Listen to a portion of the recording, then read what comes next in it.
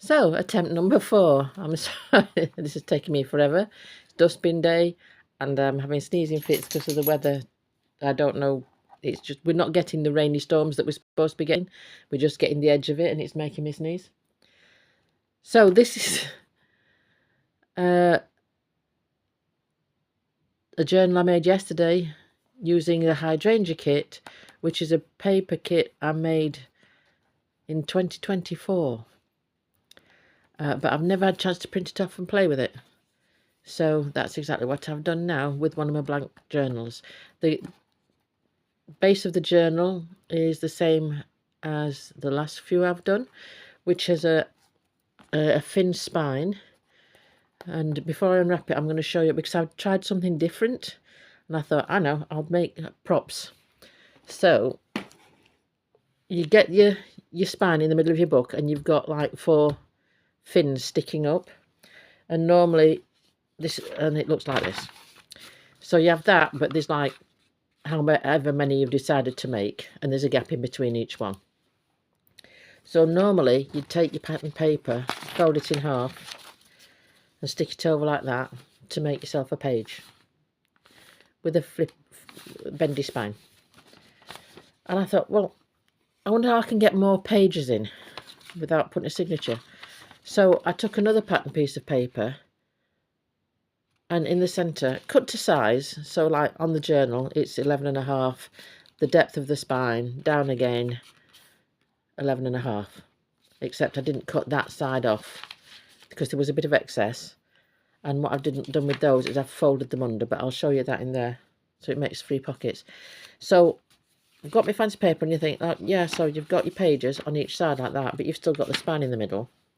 Then I've taken the required size piece of paper and stuck it in the middle. So I've actually got 3 pages on each spine instead of just the one, which I thought was a different way of putting it together. So you'll see when we get inside now, they're homemade beads painted with some sparkly nail polish. So they're just paper wound around a straw. You can see the edge of the black straw, you know, the cocktail straws. And then painted with different nail polishes. Some just clear and sparkly. So, wrap around. Didn't need to throw that all the way around there because it doesn't. That's a stack of card circles, smaller than the main one, to make a raised plinth to tie a bit of string on. Then just wrap it round your book, hook it round, sorted. There's some fussy cuts that I've stuck on the top to make it, because I do like texture. But because I make these journals quite quickly, I don't have time for all the pretty laces, and because I'm just trying to show off the papers, aren't I? But an internal pocket inside the cover,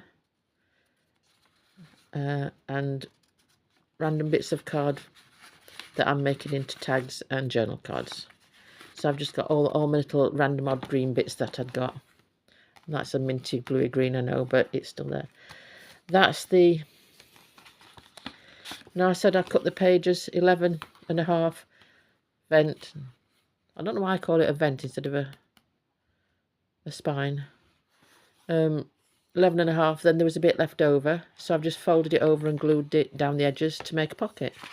And it also reinforces the edge of the page. So when you put your paper clips on, it's not damaging the edge of the paper.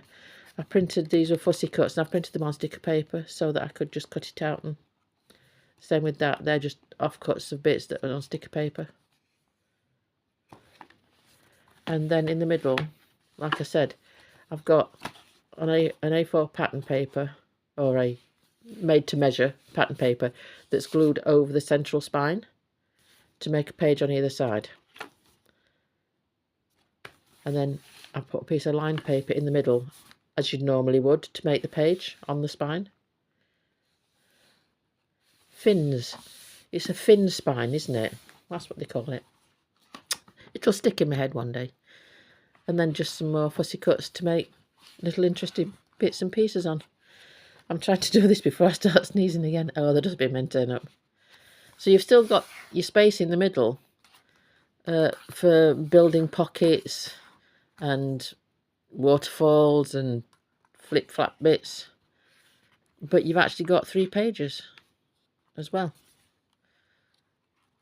So on the end of every one, I've got one of these pockets. And again, it's just all random bits, because there was some bookmarks in the kit as well. So that's what that is. And I'd forgotten how lovely they were. Oh, it sounds a little conceited because I designed it, but there were photographs of the hydrangeas in my garden, and I used an AI engine just to I just asked them to turn the photograph into a watercolour painting. So it's partial AI. But I don't, that's how I use AI. I use it to clean images up rather than just to create an image. And I don't have an issue with people using AI in art. All art's art to me. I don't care how they make it. If you can stick a pile of bricks in a museum and call it art, you can use AI to make art. But then I took the hydrangea photographs, a photograph of a tiled floor in an ancient ruin. I think it was Fountains Abbey. And made it into a translucent overlay. Probably just faded it. I'd probably just reduced the opacity and overlaid it. But that's, you can see on the background, you can see that's the tiled floor. But it just makes a nice watermark type paper. It's a bit, the colours are a bit faded on mine. They're a bit blown out because I'm having to use the house light.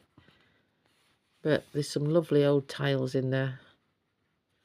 Some cracked ones where they've filled gaps in. I love that kind of thing. All of which will be in a folder somewhere in the albums. Oh, I made a tag. This one, I printed on the wrong paper, so it was a really thick paper. And instead of wasting that strength, I decided to make it into a pocket page.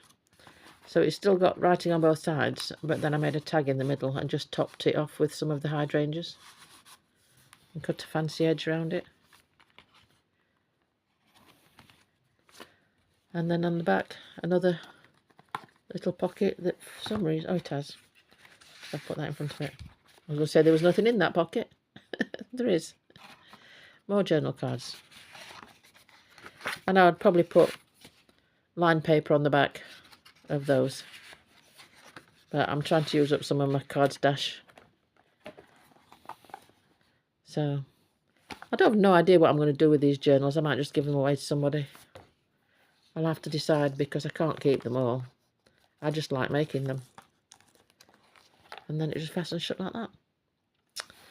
So, just another idea of how to use this thin spine to get extra pages in. And you see, you've still got loads of room. I've pulled that tight, but you've still got loads of room to fatten it out. To make nice chocolate because it's solid, because it's made out of grey board and covered with cardstock. I think next one's going to have to be covered in fabric though. I'm feeling the urge for some fabric. So, and I've bought some washi paper to print on, so we can see what happens there. But thank you for having a look, and do have a roam around the albums. There's about 200 albums. Oh no, gosh no, there must be more. There's about nearly 200 of my own. Thousands and thousands of images. And with them being there, you don't have to store them on your own devices. You can just download and print them as and when. You don't even have to take the full kit. You can just take a background paper and use it for a card topper or something like that. Well, I hope you enjoyed, and I'll see you again soon. Bye.